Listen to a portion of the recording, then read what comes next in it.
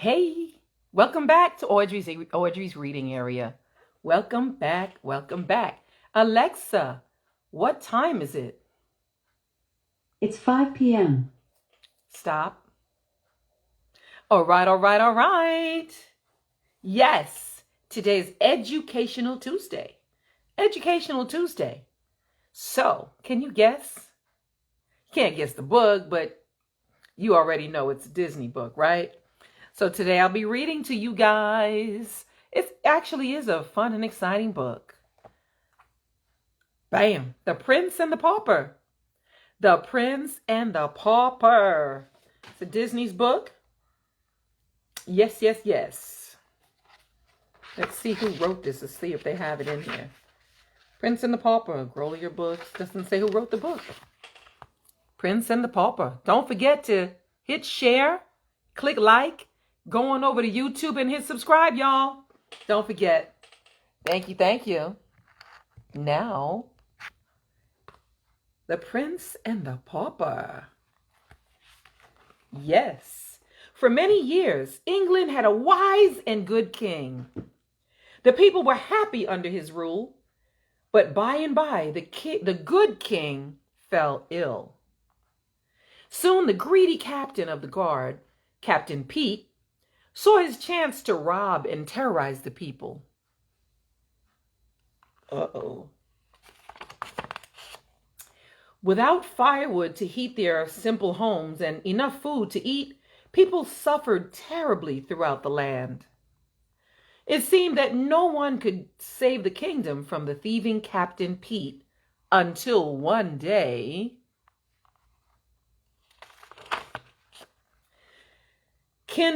fresh kindling, called Mickey. Beside him, Goofy shouted, "Get your snow cones here! Plain and rock and twig!" The two friends were hungry and cold too, but they tried to make the best of things. Suddenly, a coach full of Captain Pete's soldiers spun around a corner, spraying snow in Mickey's and Goofy's faces. Mickey's dog Pluto shook the snow from his snout and took off after them.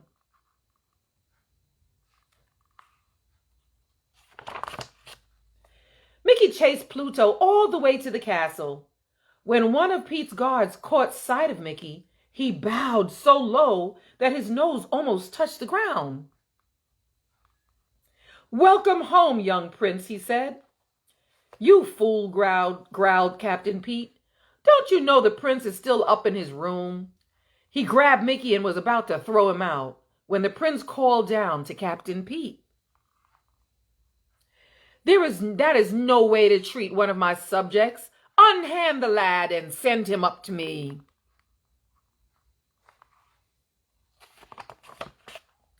As Mickey tried to find the prince's room, he stared at the luxurious castle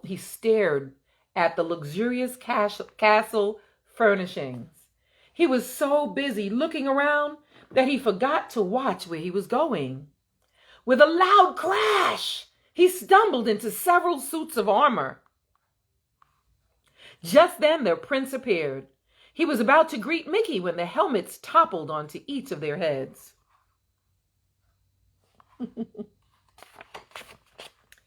Mickey and the prince pulled off their helmets and gasped. They was like, "You look just like me," said Mickey. "No, no," cried the prince. "You mean you look just like me. Exactly like me. What's up with that, huh?"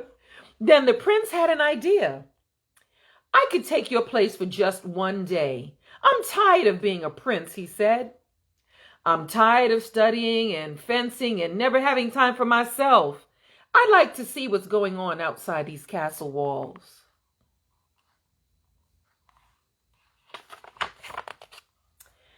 "If we swap clothes," he told Mickey, "you could live like a prince for a little while, and I could walk around the kingdom just like an ordinary citizen." "But I don't know how to be a prince," said Mickey. "Don't worry," said the prince as he gave Mickey some royal clothes. "To govern, you need only to say, 'Splendid idea.'" I'm glad I thought of it. And guards seize him.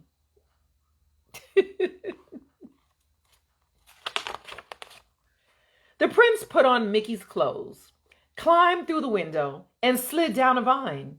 I'll be back in the wink of an eye, he called. Mistaking the prince for Mickey, Captain Pete grabbed him as soon as he reached the ground.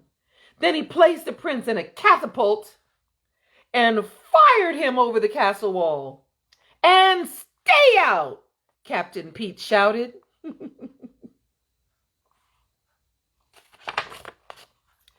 The prince landed on his face in the snow, and Goofy and Pluto ran over to help him up.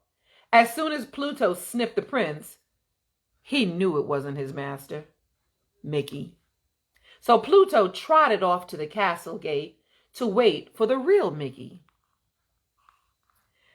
Gosh, Mickey, cried Goofy, you shouldn't jump over the walls and land on your head like that. You could get hurt. That was, Goofy. That's Goofy's laugh.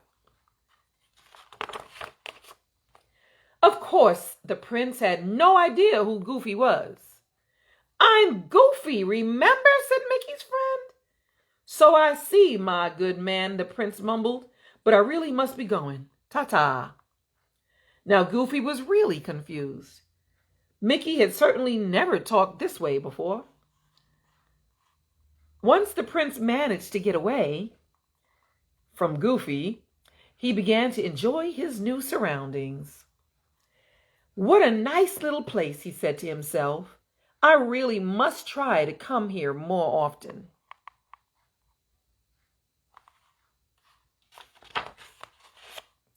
The prince was enjoying his walk when he spotted a little dog. Because he'd never had a pet before, he thought it would be fun to play with the little fella. But the little dog had bigger friends who thought chasing the prince was even more fun. Back at the castle, Mickey was quickly becoming bored with the life of a prince. He didn't like spending his day taking all those lessons. Not when he could be eating instead.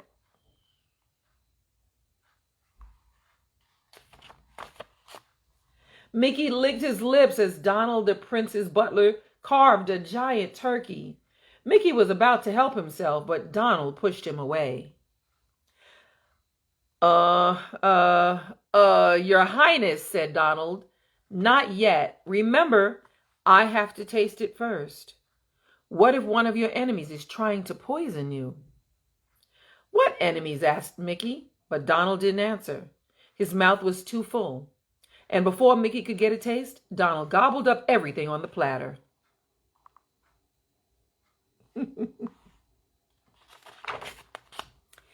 Outside the castle, the real prince quickly discovered that the greatest enemies of the townspeople were the king's own soldiers. Captain Pete had been ordering his men to steal everything they could carry. The prince was horrified.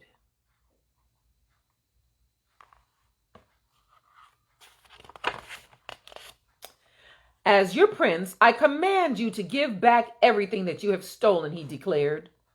Prince, scoffed a soldier. Oh, I get it. You forgot to wear your crown today, he said as he clobbered the prince with a pumpkin. How's that for a crown? Then the prince remembered something. I can prove I'm the prince, he shouted. He showed them his royal ring, the only thing he had brought from the castle. Everyone bowed before the prince when they saw it, even the soldier who had a cart of stolen food. It is the prince, he cried.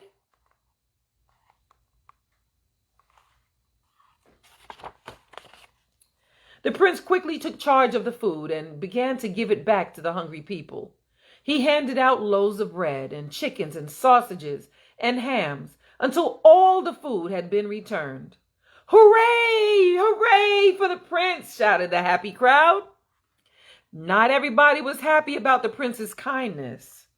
Least of all, Captain Pete's spies, who ran off to tell him about what the prince was up to.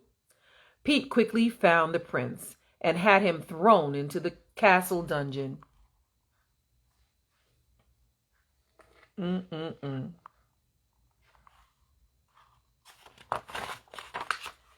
Donald was imprisoned too. The prince wept as he sat on the cold stone floor. Because he had changed places with Mickey, he had not been with his father when the king died. And now Mickey the pauper would be crowned king. Suddenly there was the sound of heavy footsteps. Donald and the prince peered through the cell door to see a tall, dark figure coming toward them. He was carrying a very sharp axe. "It's the royal executioner," gasped Donald. "Captain Pete must have sent him."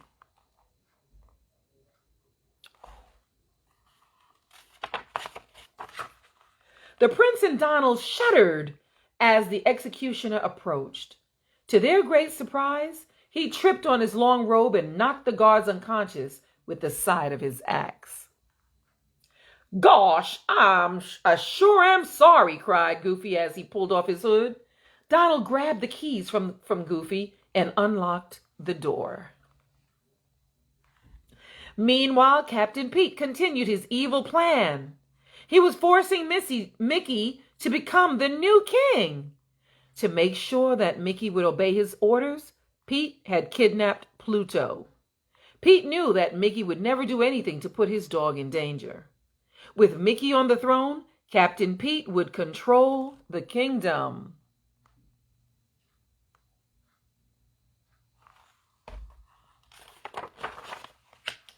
Just as the crown was about to be placed on Mickey's head, Mickey ducked and said, "Stop! Captain Pete is a traitor. Guards, seize him." "The boy is an imposter," shouted Pete. But I am not," called out the prince, bursting into the room. As he rushed toward Captain Pete, he snatched a sword from the guard, and the fight was on.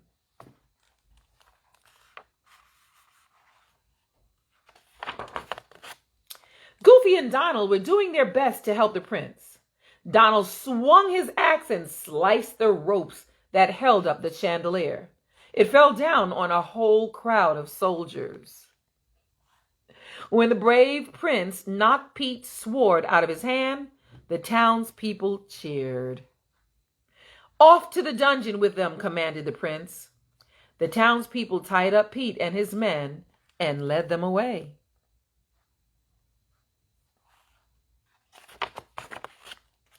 Then it was time for the ceremony. The real prince was crowned king, and the people could feel safe once more with a kind and generous ruler. The people all lived happily ever after, thanks to Mickey, Goofy, and Donald. The end. Wow. The end. Wow. Wow. Wasn't that a fun and exciting book? The Prince and the Pauper. I loved it. I loved reading it to you guys. Wow. Thank you guys so much for joining me here at Audrey's Reading Area. Don't forget, go to YouTube, click subscribe. It's absolutely free. Absolutely free. So go ahead and subscribe. I will see you again tomorrow. I'll be live at 5 again. Live at 5 tomorrow. Thanks again for joining me here at Audrey's Reading Area. See you soon.